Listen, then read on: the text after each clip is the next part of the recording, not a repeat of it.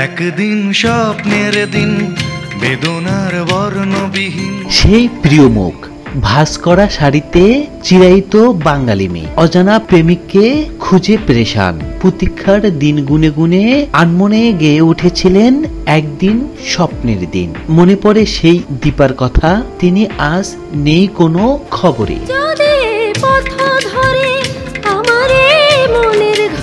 বলছি হঠাৎ বৃষ্টি সিনেমার নায়িকা প্রিয়াঙ্কা ত্রিবেদীর কথা। বাংলা সিনেমার তিনি নক্ষত্রের ঝলক নিয়ে হাজির হয়েছিলেন। স্বল্প কিছু ছবি দিয়ে সাফল্য পেয়েছেন, কিন্তু আজ আর দেখা মেলে না তার, না কলকাতায় না বাংলাদেশে। তবে কোথায় আছেন এই মিষ্টি অভিনেত্রী? আমার ইচ্ছে স্পেশালাইজড কিছু করার, যাতে লোক আমাকে আলাদাভাবে চিনতে পারে। সবার প্রিয় অভিনেত্রী প্রিয়াঙ্কা 1996 সালে মিস ক্যালকাটা নির্বাচিত হয়েছিলেন। ছোটবেলায় সিঙ্গাপুরে অনেকটা সময় কাটালেও পরে পড়াশোনা করেছেন ক্যালকাটা ইন্টারন্যাশনাল স্কুলে। মডেলিং দিয়ে কেরিয়ার শুরু হয় এই অভিনেত্রীর। 1998 সালে বাসু চট্টোপাধ্যায়ের হঠাৎ বৃষ্টি ছবির মাধ্যমে বড় পর্দায় অভিষেক হন।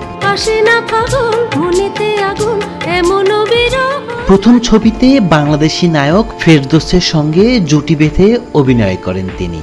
বাংলাদেশের দর্শকের পাশাপাশি কলকাতার দর্শকরা হঠাৎ বৃষ্টি ছবির পর থেকে আপন করে নেয় এই নায়িকাকে। রীতিমতো তোলপাড় ফেলে দিয়েছিলেন তিনি, পৌঁছে গিয়েছিলেন সব যুবকের অন্তরে। এই জুটিতে একই পরিচালকের চুপি চুপি ছবিতেও দেখা গিয়েছিল, তবে সেই ছবি তেমন একটা আলোচনায় আসেনি।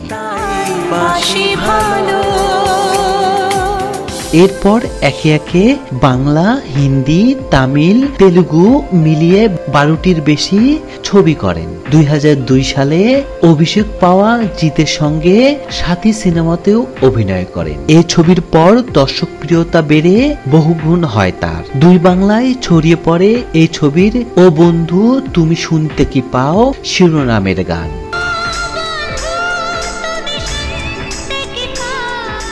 সেই জনপ্রিয়তার সূত্র ধরে জিৎ প্রিয়াঙ্কার জুটি বেঁধে আরো 5টি ছবি মুক্তি পায়, তবে কোনো ছবি আর সাথী ছবির জনপ্রিয়তাকে ছাড়াতে পারেনি।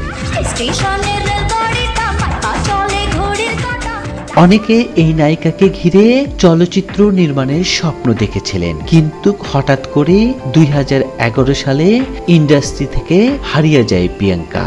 চলচ্চিত্রের এই অভিনেত্রীর কোনো সন্তান না পাওয়ায় সবাই ধরে নিয়েছিলেন সিনেমা থেকে বিদায় জানিয়েছেন।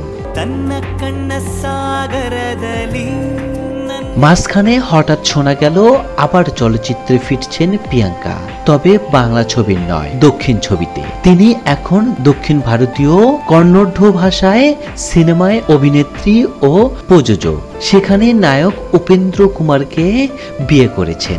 বর্তমানে স্বামী ও সন্তানকে নিয়ে বেঙ্গালুরুতে বসবাস করছেন। মাঝে মাঝে বিভিন্ন ফ্যাশন শোতে অংশ নিতে দেখা যায় এই অভিনেত্রীকে।